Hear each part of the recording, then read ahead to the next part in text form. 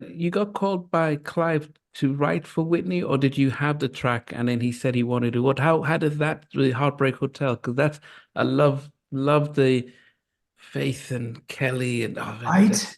that's it's just the Such an R&B record. Yeah. it is So that's it's Clive. not yeah. Go ahead. I was just saying that you had these power singers who didn't bring too much power to it, so you could like we could sing along because Whitney and Kelly could just take you up there, but they were like, no, we're gonna keep it Keep it slow and cool. Faith Yeah. What we Faith was always just did, even on I Love Me Some Him with Tony. Tony can go there yeah, too. yeah, I yeah, think Tony. we always were, we liked it little sexy, a little cool. You know what I mean? Yeah. But that story is crazy. We wrote that story. That was actually we signed with EMI Publishing and Big John, who was an A&R person there. He's now head of the company. But he had this new writer. I got a brand new writer. And we love new talent. We have had so much success with new talent. Monica Jojo, who was like Oh only yeah. 12, we didn't leave Get Out. No one knew who he was. We loved him. And so this was a new writer. And her name was Tamara. And she came to the studio, just her first session. And this girl writes Heartbreak Hotel in her first writing session. But I remember Carter being a big, big drummer. So this whole record was done. And I came in, I'm like, oh my God, I can't wait to do a beat. Now I'll kind of let a little Timbaland thing going, just Yeah. going crazy on this. So I just loved it so much. And and we just went to see Clive, and we had this record as one of all the records we had. But we kind of knew we had a hot one. And so we went to Bungalow 8 one more time, and Wycliffe was there, and there's a big party going on. There was always so many people there. And again, back to your point and what we talked about earlier, Clive, when you walked into a room, he paid full attention to you, even though it's Wow. 5 days. And even though Wycliffe was sitting there, whatever, if the meeting now was over with Wycliffe or Prince or whatever, and it was Social Colin and no one knew, we got the same attention. He Wow. understood songwriters, how important they are. They are the ones and producers that makes his machine go round. And he and is the king of Hmm. that. No one touches Clive. You would break your ankle for Clive, without Yeah. even understanding. But anyways, we played Heartbreak Sales, the first song. And at that time, Larry Jackson, who's now head of Apple Music instead, he was Clive's assistant. And that was just I mean, Clyde just stopped the record. He's like, what the fuck? He was like, and he knew what he was about to say. And he said, I think we should do that with Whitney Houston. And even though we had worked with Tupac and Tony Braxton and Beyonce, whatever, or Destiny's Child, Whitney, it just it just didn't get better. I mean, we were almost nervous. And funny enough, the same thing happened. L.A. Reid writes a call 2 days after, I want to do the song with TLC. Wow. And we had to say once again, no, because we doing it. And he got pissed off and one more time and didn't talk to me for another 2 years. You Wow. know, But how did he hear the song? Who's leaking it out? because we have a match that just sends out a song. So you leaving? Yeah. Okay. When are you going to be late? No. Okay. I love you. Sorry, that was my son. Okay, that's fine. Um, Oh, so they'll send it out to different labels to yeah, see who. but then Clive would always call in for meetings, which meant sometimes he would be a little bit behind because Clive wanted to hear the songs in person. And also you had to bring the lyrics. He was obsessed with the lyrics. He would sit with, if you didn't bring the lyrics, he didn't want to hear the song.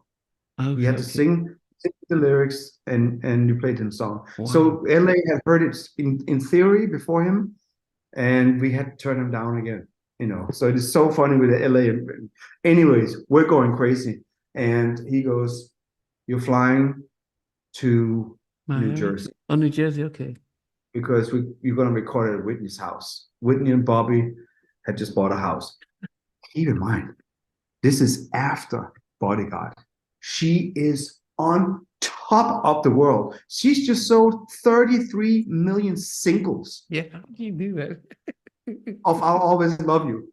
So we fly into New York and we're at the Waldorf fancy there. And again, Babyface is there, David Foster. We're all staying.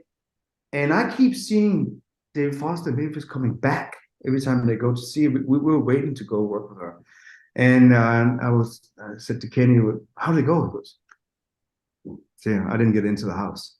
They What? didn't open the gate." I go, "What?" And he finally comes back today, like, "We're leaving," and Mavis goes, "Good luck." And I said, "What's going on here?" He goes, "You'll find out." Bobby and Whitney, you're about to find out. So now it's our turn. So we drive to New Jersey, to this crazy rich area in New Jersey with these mansions and this gate that's like 4 times as big as my house. And all we heard was, "Miss Houston is not ready today." Okay, back again. And we did that again, and again, and again, and again. And on the 8th time, now I'm just chilling in the car, eating, you know, chips and stuff, and playing on my phone, and not even barely had the equipment we needed because we still back then needed a ton of equipment. And we're coming out, and I'm like, "Miss Houston is not ready. Miss Houston is ready." Shit. And the gate opens, and I'm like, "Oh my fucking god! Shit! Did you bring that, Colin? Did you bring the meaty thing? Did you got the Emacs? Yeah, we have it. Okay, shit. Okay, we go in, and I'm a little nervous, even though I work with all these artists. I'm not gonna lie to you. And we get up to the house, and Robin was like her Yeah, assistant. Robert, yeah. Show you the studio. We walk into this crazy house. There were so many people. So her mom was there, and everybody's eating fried chicken, and I'm like, "Oh, great! It's like a Thanksgiving dinner almost, like whatever." And okay, let's go. I'm in them. It's just a lot of assistants, and someone running. "Oh, did you get her dress ready?" And it's like shit. And we're going to this room, amazing SL 9000, brand new, like 120 channel. I've never seen a studio like this. Incredible. Wow. And so we're waiting for Whitney, and I kind of an hour go by. So I go to Rob and I said, "So where's Whitney?" She's like, "Is that upstairs?" Or she goes, "Honey, let me show you where Whitney is. Come with me." We walk out this huge house, and I'm like at a golf court. And at the end of the golf court, there's a castle that's like bigger than your. And she goes, "That's where Whitney is." So she bought 2 properties.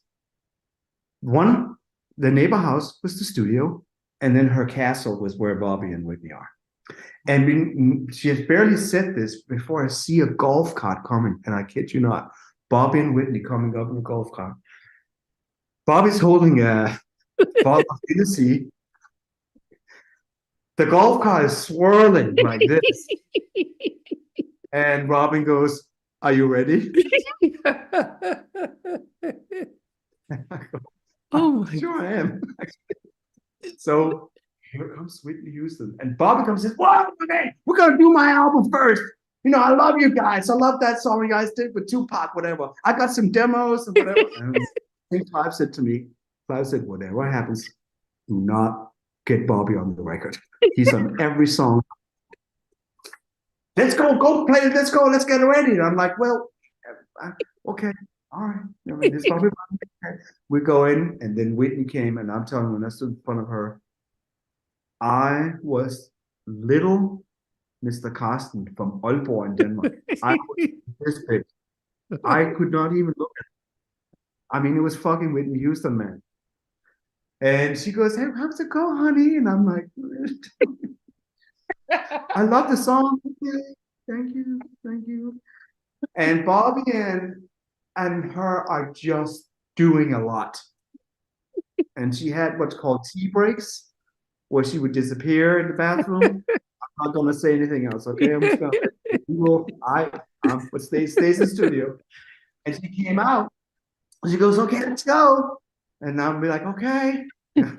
And she goes in the booth, and she starts singing on top of Heartbreak, and it is horrible. Oh, Horrible. And the song is almost over, and I'm sitting in car and sitting. I go, "I'm not fucking telling Whitney Houston it's not sounding good." And he goes, "You think I'm gonna fucking tell her? I'm not gonna." No, I'm not telling Whitney it doesn't sound good. The song stops, and it's just quiet. And I just sitting there talking Danish. She goes, "What's going on?" And she comes out and goes, "Hey, listen, you wrote this song. I didn't write anything. It's your song. Just tell me how you want me to sing it." It's okay. And I said, well, it's kind of like it bounces. It's kind of double tempo. She goes, I got it. She goes in, worst take. She goes, done. Bobby, let's go back to the house. He goes, yeah. He goes, I'm coming back to do the rap part tomorrow. And off they And here we are.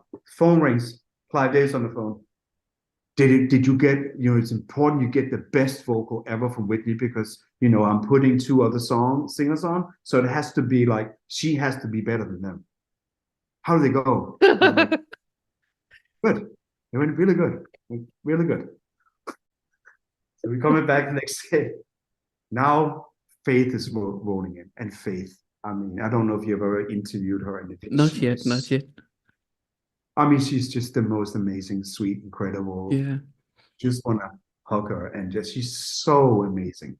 Her voice is so incredible. Yeah. And she was going through a lot, I think, with Biggie and stuff at that time, which was okay because we like when people are a little bit moody. Yeah. And she went in and we cried. I mean, when she sang. Oh, and she nailed her parts. Like, we still didn't really know who was doing what yet. But we knew for a fact she was going to do what's called the pre-hook. I think you call it in England. Because the way she just sets up the hook, no one will ever. We were just going crazy. And we just came out, we hugged and talked. And and then Kelly comes in. And Kelly is just ripping it. Like, me and Kyle were like, oh my God, need to turn down the recording signal because she's blowing up every tube in the studio. She was just like, whoa. And we were like, oh my God, just ripping it. Oh. So now, and again, wonderful and faithful there. We're all hugging kids. Now it's 6 at night. Clive's calling. I was on, it goes, oh my God, Faith and Kelly sound amazing. I don't care. How's Whitney sounding? I go, I'll get right back to you on that one. And he goes, is Bob Brown the record? He goes, well, Bobby's kind of doing, this is the Heartbreak Hotel. He goes, what did I tell you? Get him off the fucking record and get Whitney to do that part. And I'm like, oh. But this is where, as a producer, you got to understand, all you kids who are starting as producers, it's on you. Wow. The producer, Quincy in the studio, whoever's in Teddy, it's on us to get it to sound good. There's no one else. There's a record company, they don't do this. There's an artist, they hire you to sound the best. Okay, so I'm calling the house. And I said, Robin, I really need to talk to Whitney. She goes, no, I don't think it's a good time right now. I go, I'm really sorry. I really need to talk to her. She goes, okay. And she gets like, oh, what's up, honey? It's perfect. Isn't it great? And I say, I really would like you to hear it. No, honey. I love what I did yesterday. It was amazing. I said, okay. And I'm like, my mind is racing now. And I go, well, here's the thing. I just got off the phone with Clive Davis.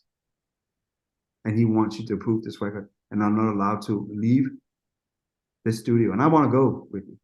But I can't lie to Clive. You need to come listen to the song. And I knew Clive. The fear. Yeah. It's Clive. She goes, oh, God, it's typical. Well, we're really busy here and stuff like that. I'm like, I know. And here they come again, the call guy, and Bobby is fucked up. I mean, love him to death. To me, please don't. This is not negative. No, we've seen the stuff. We all know, and Bobby has admitted it. Yeah. So she comes in, and I don't want to give her a speech about anything. This is fucking Whitney Houston. So I just sit down, and Bobby goes, oh yeah, let's go. And I said, you know what? Before we go, actually, Whitney, I see that you and Bobby are so much in love. Why don't you do this part, the Heartbreak Hotel, together, like a couple? She goes, that's kind of cute. She goes in, she goes, this is the Heartbreak Hotel. No, I don't like it. And I'm like, that's good. That's okay. I got it. So that's just the one line I'm looping through the whole song because I got to be on top of Bobby. Okay, one problem solved. Here's the big one. I go, okay, I'm just going to, can you sit here? She goes, no, I'm fine. Oh, yes. I think you should sit over here. You sit in front of the speakers. And I press play. And Kelly is murdering. And Faith is an angel coming from heaven. And here comes Whitney. And I just let her hear herself. And I just stood there. And I could see, okay, something is going on there. And when it was over, she was totally quiet. And Bobby goes, okay. She goes, Bobby, shut up. It's just quiet. And he goes, okay. And she goes, Rosalie, I need my tracksuit, the pink one. Robin, I need my inhaler tube for my lungs. I need this. And we're switching the microphone. I know the microphone we did on I Always Love You. Yeah, I want that microphone. Also, get my second engineer in here right now. And we're going to switch out the setting in the vocal room. And I'm like, okay. Okay, she woke up. She took everything off and like put her like tracksuit on, like that she normally, I guess she has like a whole spiritual thing. Yeah. And she goes, are you guys ready? I'm like, yes, ma'am. And she went in and she murdered it for like 3-4 takes. And she sweated. So you could really tell she was going through, this was the beginning of her going through some challenging moments. Yeah. She killing her, and it was just, but man, she gave it all. I mean, her wig fell off. I mean, she gave everything. And she came out, and we all just hugged and danced and was so happy. But you could also tell how hard it was for her. It took a lot to sing on that level. And then we had a puzzle after this. I hope it's okay because it's one of my favorite records we did too. We had just had all the ad-libs and everything on an MPC. So everything you hear, ooh, yeah, this is the Heartbreak, ooh, this just me sitting punching in. I had a Faith page, a Kelly page, and a Whitney ad-lib page. And every ad-lib you hear in that record is just put back in on the record because we couldn't control the amount of singing we had. Yeah, wow. We had a page of Faith with all the best ad-libs, Faith or Kelly, and every ad-lib you hear is just put punched back into the song. Wow. And it came out, and I had, this is the Heartbreak Hotel, and I could almost not get her no away, but I had to chop it really tight in the end, so it could just loop that all the way through. So we ended up saving that record, and I'm so proud of that record. So you couldn't keep. How would Bobby have sounded with it? Well, I have a version if you want to hear it. It would have been great to hear his part of it. You didn't want to keep it for a remix or something? Well, not Clive Davis that was not approved. And let me tell you, I learned very early on, if it's not approved by Clive, then you don't. Wow. You know what? I think, we've seen the film, I Want to Dance with Somebody. We saw the Bobby documentary and we realized, no, so it's nothing a big secret, but I think I've heard Kelly talk about when when they did perform, that it felt as if Whitney had to take it a notch up because she thinks really hard for her. And I mean, for me, and I'm gonna go on record saying I think she's the greatest female singer of all time. Yeah, yeah. I know Aretha. I know, I get it. I know, but for me, she's the greatest singer. And I think I just feel the vocal on "I'll Always Love You." Yeah. To this day, I don't even understand it. And I'm a producer. I don't even get the way she's breaking into falsettos and the power of holding. It's and having emotion at the same time too. Mm-hmm. And that goes for many of her records too. Even them, How Will I Know? It's pop, but it's also, she sings it so emotional. Yeah. So, for me, she just, in my generation, for me, she's all-time greatest singer of all time. And I really think her lifestyle really, it was real. It's like, if Cristiano Ronaldo doesn't practice and sit in and run in water and God knows what he does in snow or whatever. I mean, this guy's, is crazy. Yeah. But that's why he's at 38, even though he was laughing. Well, he's still the one that scored the most goals. Yeah. This year. Okay, yes, in Saudi Arabia, but 54 goals, doesn't matter where you're playing. I mean, that's pretty, of course, it's still in the professional league. I think you just got to keep it up, and you see it to reference football. You see it in players.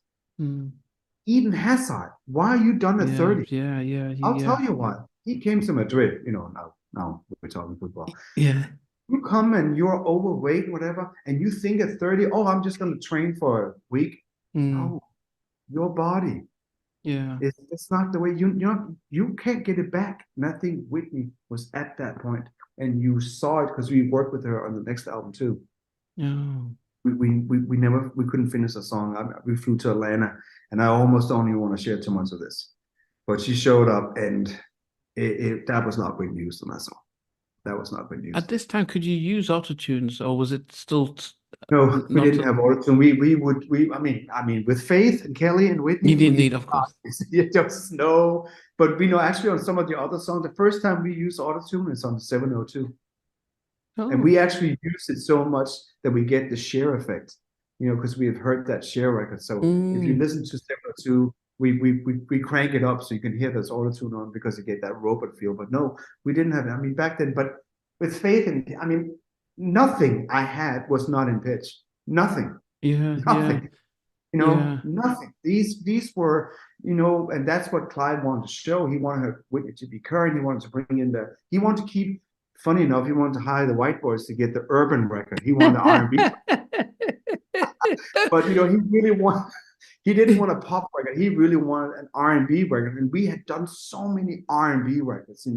Many of our records are really R&B, not because we thought about it, just what we loved. Yeah, that's all we wanted to do. Every time I remember Clive called us in and said, "I wanted to work with Ace of Base." We're like, "No fucking way." No way. He goes, "Are you crazy? The biggest band in the world." I go, "No interest." He goes, "You know how much money?" I go, "I'm not in this with money. I want to work with R&B and hip hop. Don't call me with this stuff." Hey guys, thanks for watching. Thanks for being a part of Halftime Chat. Please remember to subscribe, share, and comment. But most importantly, why don't you become a member of Halftime Chat? We've got amazing videos, amazing perks, and being able to support the channel. But anyway, thanks for watching. Take care. I never participated in that category. And somewhere in between us, or even loving us, on which I did miss you really. What was it like growing up? She's still making an impact on 4 houses down. I have a couple of pieces. trying to get this one and that one. That works for you, but just for me, No, okay. They don't understand what Jodeci's voice meant in all spirits. Play it.